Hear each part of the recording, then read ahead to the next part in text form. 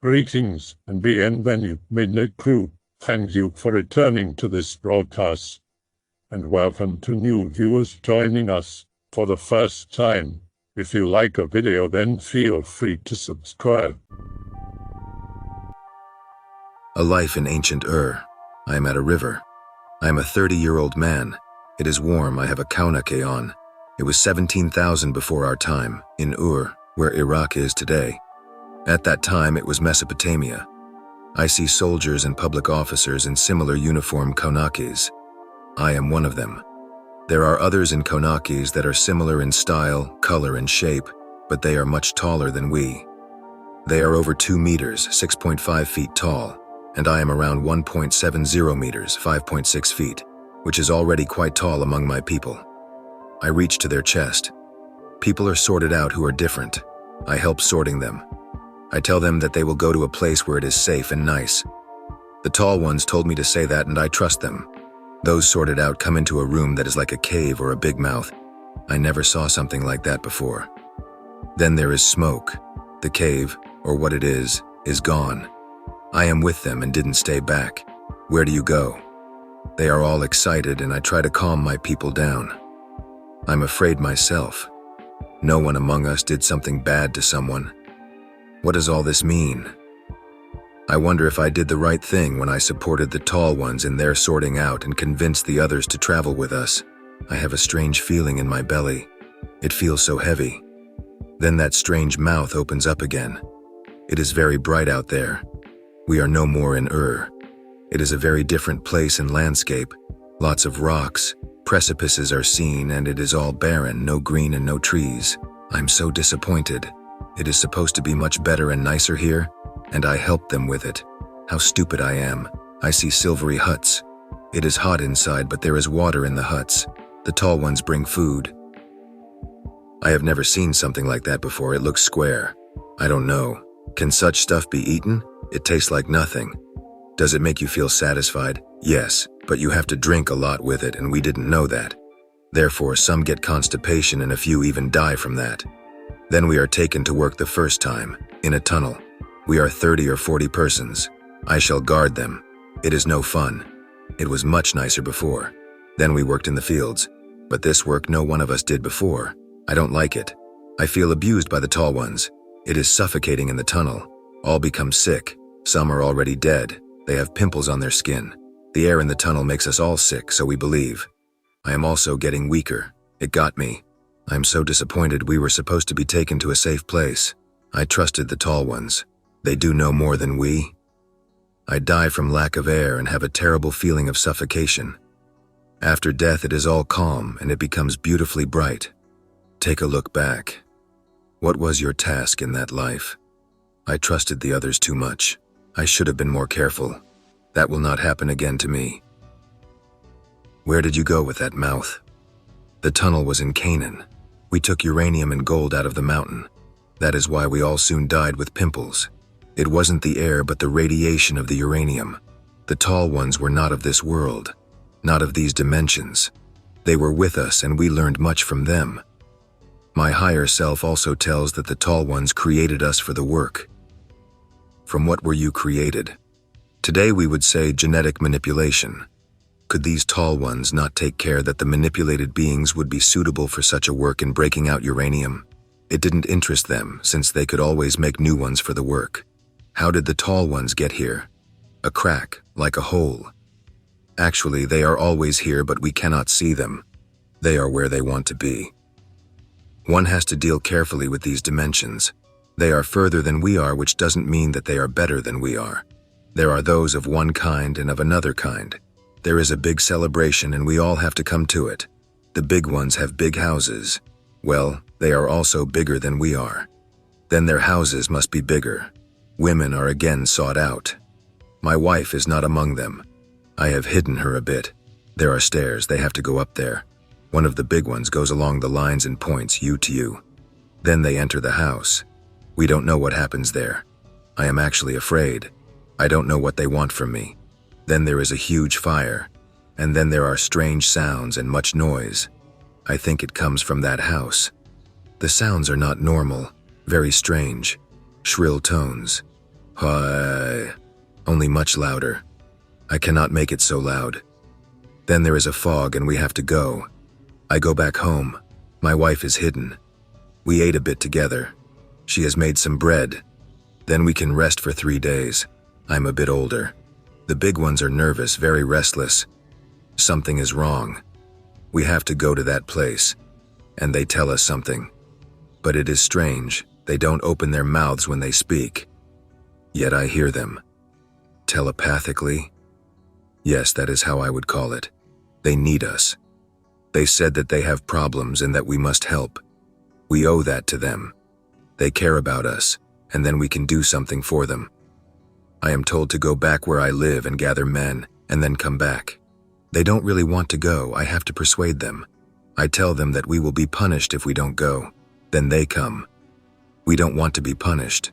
Who is punished never comes back. He disappears. He goes into another house and doesn't return. We don't know what happens there. We are not allowed to go there. We also have to go to another place when we are too many. For community things. Now we are allowed to go to another place where we otherwise cannot go. We have to wait for the evening. The moon must stand exactly at a certain position in the sky. Then we can go there. There are steps there. They are very smooth. I have never seen something like that before. Up there is a cave. We have to enter it. It is all smooth and shining. The entrance is like a moon crescent. Then it squeaks. Well, actually not squeaks. It is again a shrill sound. Then it is closed and then it is very shining also in there. I'm afraid. I don't know what will happen. It is so strange. But I am the leader of our group. My men are even more afraid. My people are very fearful. It looks metallic in there, shining like silver, a color like the moon. Now it is very bright in there. I don't see from where the light comes from, somehow from everywhere. And now there again is this howie sound, like when our women were taken away. But that was another house. They didn't enter to where we are now. The women came back much later. It always lasted long. The children had to be ready first. Then they brought the children. The floor is vibrating. It doesn't take long. Now that sound is there again. The crescent opens. I now also see others who were there with us. I didn't see them when we went inside, but now they are there.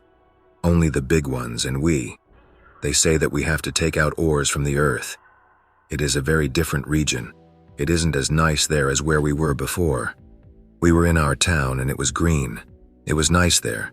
But here is nothing, only sand and rocks. We are taken to little square boxes. In there it is stuffy and hot, but not too hot, we can manage. They give us pickaxes, but they look very different. We are brought into a mountain. The pickaxes are broad at the tip but very narrow, and then they get wider. Then there is a round grip where we can grab it. We enter the entrance and then go left. There we must go down. It is very steep. We have cushions to sit on. Then we slip down slantingly. I don't know if it is on rails or floating down. Then there are big ones who divide us up in groups of 3. The 2 others with me and a big one too. He tells us to take out gold. It in any case shines like gold, like the sun. Lumps. It is very important. The big ones need it. We collect them. The work is heavy. It was much nicer on the fields. Actually, I am sad. I don't see the children anymore. I don't see my wife. They are not allowed to be with us. Very many of us are already sick. They are weak. The big ones give them something, but it doesn't get better. Then they take them away. I don't feel well. What we have to eat isn't good. I miss our bread. It is so good. I don't like to eat these strange things, but the others say that we have to eat. Now I am sick too. We have pimples and boils everywhere. I feel awful. I am very weak. I am afraid and sad. They give me some drops that they put on my tongue. Then I feel very light and can work again. When at the end nothing helps, we all die, one after the other. Why did they take us away from there? They had promised that it is very important and that it would be nice for us. They lied to us. I feel betrayed, really betrayed, disappointed and sad, angry. I am lying in that small box. One of the others is with me. I suppose that he helps me, but I don't know. I am afraid. The big one doesn't care very much that I am gone. They are like that. We are not important at all. When we are gone, we are no more there. That isn't important for them. The big ones probably did something so that we became different. The big ones, there are some that are very good to us. They care about us a bit and help us. And then there are the others. Their faces are like grimaces. We are actually not allowed to look at them. Forbidden. They don't want that. I don't know why. They do only what they want. They take some of us away and then bring them back, but not always. When they come back, they are somehow different and think that they are something special. But they are not. They didn't take me away. I didn't want it. The others who are nicer look like we do, but they are very thin. One cannot always see if they look like we do. It is strange. They are there, and then they are gone. I don't understand it. They were always here already when I was born. The elders told about them. They are called gods. We are not allowed to say their names. The big one, who sought the women out, is called Enki, I think. We are allowed to call him the Great N. But I think it was Enki. There is a woman and the others have much respect for her. They are always very hectic when she comes. She comes only at certain times. Then there is a big celebration, but only for the others, not for us. We then have to stay in our huts and houses. We are not allowed to go there. I know someone who saw her. She is very beautiful. A woman. T. The rest I don't know. Or Inti. I don't know more. We are not allowed to say it. T. Tiamat or Tiamat. That could be. The others venerate her, but they are also afraid. She is simply beautiful. The others admire and adore her. She actually doesn't agree to that, especially not what the ones with the grimaces do. She tries to punish them. They should go away, to somewhere else, away from the earth. They enter a ship. I call it that. It doesn't really look like a ship. They have to go somewhere else, I don't know where. Some of them. Many hide away. What happened in the house to where the women were taken? There are many rooms. They are given drops on their tongues. Then some of the others came, the ones who are quite kind. They embraced the women and made them new children. But it took a long time until the children were there. They came back later when the children were born. That was not always successful, and then they had to do it again. Then the others came and brought the born one away. I suppose that something was wrong. What happened to the men who were taken away for punishment? That isn't nice at all. They were all crowded together in a room. The ones with the grimaces are there. They all scream. I feel that they have fear, and that the others like that. They keep bringing them there. Then they get something to eat and are left alone. They can recover. Then they are frightened again. I think that they like it when my people are afraid. The place where we were taken into the mountains is strange. I know that place, but it looks very different today. The whole landscape has changed. I think it wasn't as warm as it is today. The sea is somewhere else. It went much further into the landscape. From where did these people come? There is a crack in the dimensions. They can go through there. There is their world. It is different from our world. The friendly ones are from somewhere else. There are several cracks or holes. They are sometimes there, sometimes they are not. They sometimes close again. They can control it. Then they go in other dimensions. Tiamat, I believe, came with such a ship. Then they simply were here. Some ships come from other dimensions, some from space. There are other planets out there. They all come from the same one. It moves in a different orbit in our solar system. It belongs to the sun, to the big family. I think it is called Nibiru. So they come from different places. Some come from that planet, others from various places in other dimensions. They came to Earth because something was not right with their planet. The atmosphere disappears. They have chemicals to make this in order, but they need minerals for it, which they already used up there. Therefore, they built ships and came to Earth. They not only came to Earth, but also to several other planets to find these minerals. When they first came to Earth, there lived half humans here. They couldn't speak very well. They showed them the language. The others didn't want to work anymore. It was too heavy for them. That was very, very, very long ago. Then they tried to crossbred the others with the Earth humans, like we do with horse races. First it didn't work, but then it did. Since then, humans have had to work for them. With time, they had conflicts between each other. They and also others who came. They died but didn't go back. A part of them went into the light, another part doesn't want to. They feed on energies from people. They make them have fear, and then they can take energy from them. They didn't incarnate, but they invaded people. They can then control people. They influence them so that they cannot go to the light, because they are bad. They do that with energy. The more that go to the light, the less influence they have. They don't want that. He is one of them. He is also from Nibiru. He is still here. He obtains power from being worshipped by people and feeds on their energies. He wants war and violence, because that holds people back from going to the light. He has a lot of assistants. What they do with people isn't good. They show them experiments, things we shouldn't do, such as the game with atoms. That increases their influence, and they believe that they become more powerful that way. Before people die from it, they suffer. Suffering is a form of energy that they like. That way they can take life energy from people. When a human dies from old age, but is otherwise healthy, he has used up his energy. That is of no use to them. Radioactivity is absorbed and actually only injures lower dimensional life forms. But not them. They use radioactivity for themselves and transform and use it to form new substances from it, which the Earth doesn't have. What substances? That you shouldn't know now. Such abilities could overstrain you. With that, they can make new forms of matter that are useful for them. How?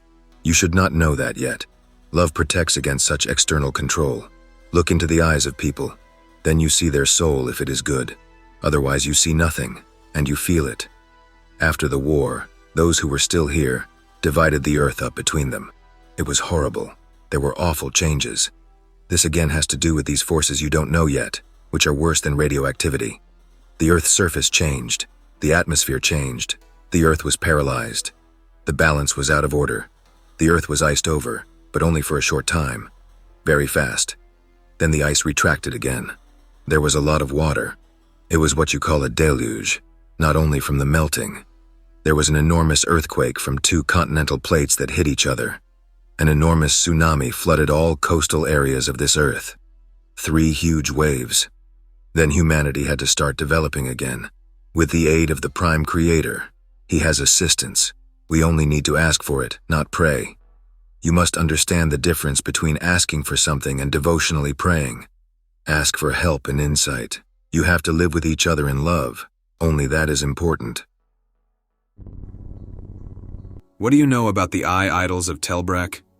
Tel Brak is situated in what is now Syria and was the largest ancient site and one of the most important early centers of early Mesopotamia.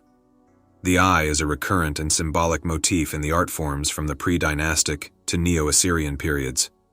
However, it is not possible to decide whether it is a decorative, magical, or religious talisman. Eye symbols are found in nearly all ancient cultures, from the far-flung corners of the globe. The emphasis of the all-seeing eye seems to portray in nearly all cultures a sign of divinity and holiness. The image of an eye has always been a powerful amulet in Mesopotamia, and thousands of these eye idols, schematized humanoid figures, have been found in and around the now called Eye Temple at Tel Brak, dating to the late Uruk period. These anthropomorphic lithic sculptures are fashioned from various materials, such as limestone, soapstone, alabaster, and baked clay. The simplest form of these graven images is a flat trapezoid body with a thin, elongated neck supporting an oversized pair of eyes.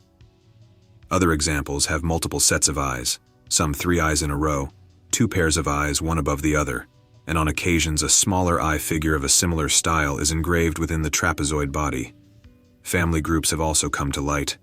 There are also more 3-dimensional versions which display a set of pierced eye forms on top of a conical body. This type are composed of natural stone and baked clay, and their broad bases enable them to stand upright unsupported.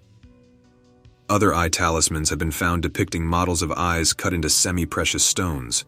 These are known to date from Sumerian down to Neo-Assyrian periods. These artifacts are known as the Eyes of Ningal. The goddess Ningal was the wife of the god Nana, also known as Sin, and she was the mother of the sun god Shamash, who was worshipped at Ur. Her cult developed independently in Syria as early as the 2nd millennium BC, where her name was changed to Nikal. This form of her name was also used in Babylonia. Other statuettes and figurines have been found, which depict worshippers, rather than gods, looking into the heavens with wide, staring eyes, at various other temple sites scattered across the Mesopotamian plains throughout most periods. Although there is no evidence from any excavated materials that eye idols were made of perishable materials such as tamarisk wood, dough, bitumen, or wax, this may have been done if the eye idols were votive offerings. However, this practice is documented in cylinder seals and ritual inscriptions for other votive objects at other temple sites. Note that eye idols of the form would appear to display the horned cap denoting divinity. This form of headgear is seen on god figures from the early 3rd millennium BC onwards. Originally, it was a general indication of a divine status. Its use as a symbol of a particular major deity was never consistent. The Cassette Kuduris contains an inscription that names this symbol as that of the supreme god Anu, An. However, in Neo-Assyrian art, it was transferred to the new national god Assur. The style of the divine cap has changed from time to time according to fashion. It could be domed or flat-topped as in the below examples, or may be depicted trimmed with feathers, surmounted by a knob or a fleur-de-lis. Caps today still seem to represent holiness and divinity, still worn by the Pope and the cardinals of Rome. The Jewish skull cap and the turban, which are all modern-day examples. It is hard to argue that they are not connected in some way to antiquity and mythology. I lived through the Bronze Age and I am here to tell my story. So I will tell you guys my life story. I was born about 5,000 years ago, plus minus a couple hundred years, around the time that the Bronze Age started in Mesopotamia. Now, the following did happen 5,000 years ago, so I'm guaranteed to misremember some stuff. I was the son of a farmer family, and I lived a pretty average life because my life consisted of mostly farming, obviously. The real kicker sets in when I was in my late 30s or so, when me and a bunch of other people were expelled from the city for contracting a weird virus that has already killed a bunch of people. What was the virus? You guessed it. Smallpox at work as always. The bumps associated with the virus already started to manifest on our bodies, so we were expelled so we can't spread it further. While on our way to wherever we were going, I got really depressed, left everybody else, and went by myself through some forested area. There was also a dog with our group, and he kept following me in that forest. Keep this in mind for later. It was still extremely far from the city, though, about 2 days of walking, so it was probably a place that nobody really explored before. While walking, I found a pond there, and being thirsty, I drank from it. I'm not sure exactly what happened after that, though. I think I may have gone unconscious, but whether I did that or not, I remember that I noticed that all the bumps from the smallpox were gone from my body. It took me a few seconds, but I realized that I hit a gold mine right there. But for some reason, instead of getting all the other expelled guys there to heal them as well, and then become famous thanks to this discovery, I decided to instead cover the pond with dirt. It was really small, not more than 4 meters across. I dug from a nearby hill so nobody else can get its benefits. Believe me, I wish to know why I did something like that, and I truly regret doing that now. After that, I returned to the city and continued my life there as normal, but quite a few years later, I noticed something weird. I noticed that both me and the dog, I saw him drank from the pond as well. I also insisted I keep him as a pet when I got back. We're growing older at a slower rate. Only a few thousand years ago, I approximated myself to only get about 1 year older every 100 years. I also seem to be immune to viruses since I managed to survive countless outbreaks in history. I should be about 80 years old now, plus minus a few years. I saw a lot, felt a lot, loved a lot, but I think it's time for me to go since I know for a fact that I can still die of old age since my dog did die 2,000 years ago. I traveled all around the globe in my life, but now with my old legs, it's hard for me to even go grocery shopping, so I drank some poison I bought, and to end everything. I discovered this place about 8 years ago when I had nothing better to do, and I had fun shitposting on /x/ while trying to forget about all the pains I suffer every day because of my old age, so this is why I post this here and not on Reddit or some other place.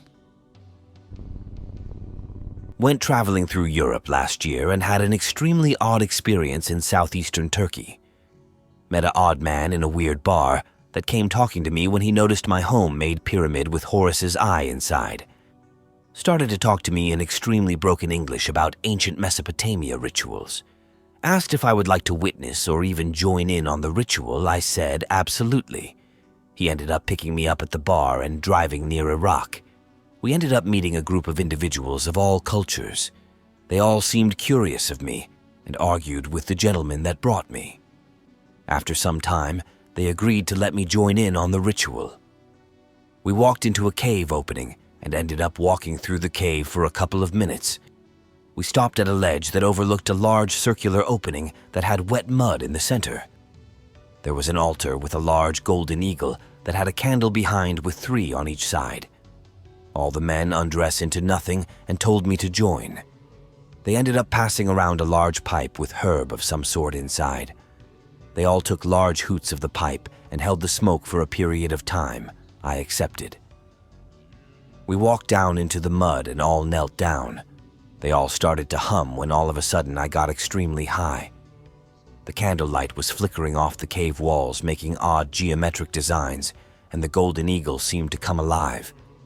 Everyone was humming a weird language, sounded like "Hu dadu rura," things like that. Every time I came out of my high, I noticed they were rolling in the mud. At this point, the eagle seemed real and almost preaching. This lasted about 20 minutes, but seemed like hours. When done, we left that room and entered a room with water. We washed off and left. Ever since then, I feel weightless. I feel like the cave is calling me. Anyone ever hear of a ritual like this? Couldn't understand through the gentleman's broken English. IDK how to react to what I just read, but it sounds cool if it's true. It was really odd how it all went down. I made that shirt because I really like looking at occult things, and that day I wasn't even going to wear it. I was going to put on my Mother Earth t-shirt but changed my mind at the last second.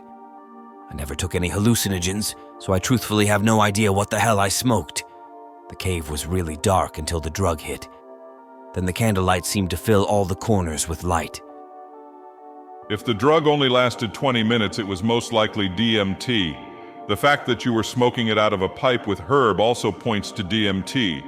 DMT is a powder, but you need to atomize it, so if you smoke it in a bowl, you have to sandwich it in between a bunch of other plants. And the way you describe the high makes it seem like DMT as well. Sounds like some kind of spiritual ritual. Were the old gods aliens? I don't actually believe in aliens, but the following thought just fucks my mind. Look at us humans. We can create life in vitro. We can play around with genetics and create special breedings of certain life forms. We can rearrange our Earth, manipulate nature and all. We build engines and power plants, which work similar as humans. They need coal, fuel, etc. to burn it and produce energy. Isn't it the same like humans work? What if all those historical gods were just aliens who played around a bit and have created a little universe? Just like a programmer who creates textures for a game and gives attributes to certain objects.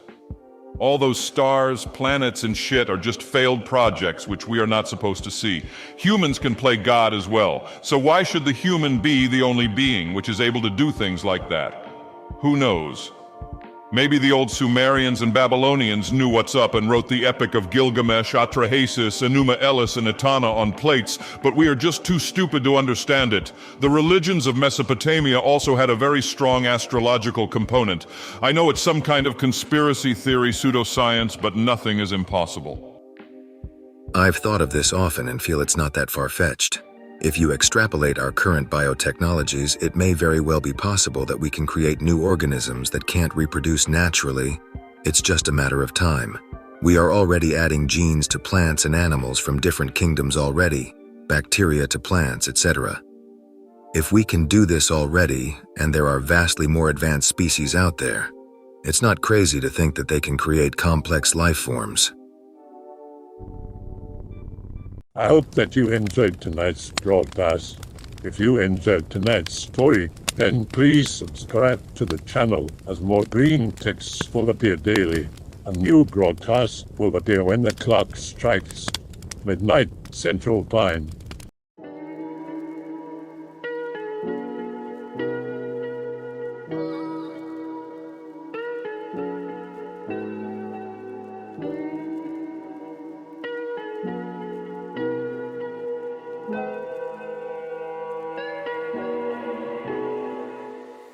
Remember to check the Odyssey and Rumble pages for separate archives of previous broadcasts.